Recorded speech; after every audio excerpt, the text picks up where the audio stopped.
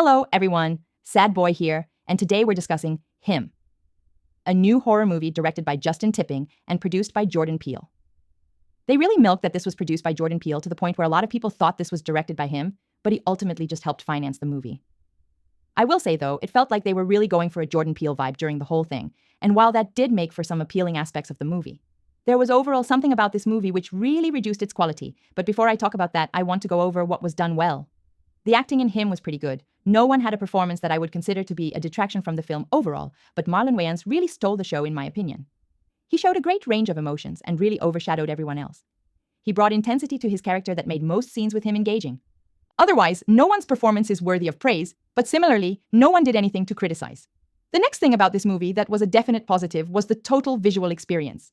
The framing of shots, editing, set designs, and color schemes were all top quality. The cinematography of this movie was by far the greatest element. But this movie suffers from a lacking story and incohesive theme. Him is the pinnacle of a film choosing style over substance. While it's a beautiful package, it delivers a story that was ultimately boring by the end. And I think what was responsible for this is, I knew exactly what was going to happen about 10 minutes into the movie. A suspenseful thriller succeeds primarily off of two story structures. Either you have no idea what is going to happen, or you have an idea of where the story is going, but the character is stuck, so you end up dreadfully watching the characters fail to escape their fate. An example of the first type of thriller is Saltburn. The experience of Saltburn revolves around not knowing what is going to happen while you're surprised by the escalating events. An example of the second style is Rosemary's Baby. You know what is happening to Rosemary, but she can't escape, so you're left with a feeling of helplessness experienced by the main character. Him essentially tells you right up front what's happening, but the character is completely capable of escaping.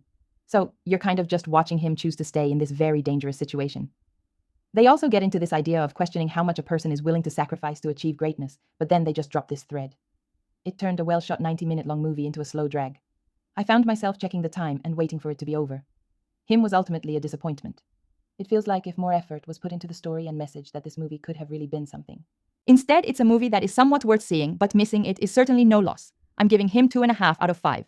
Please like and subscribe, it really helps. I linked another video, so check it out. Thanks for watching and see you next time.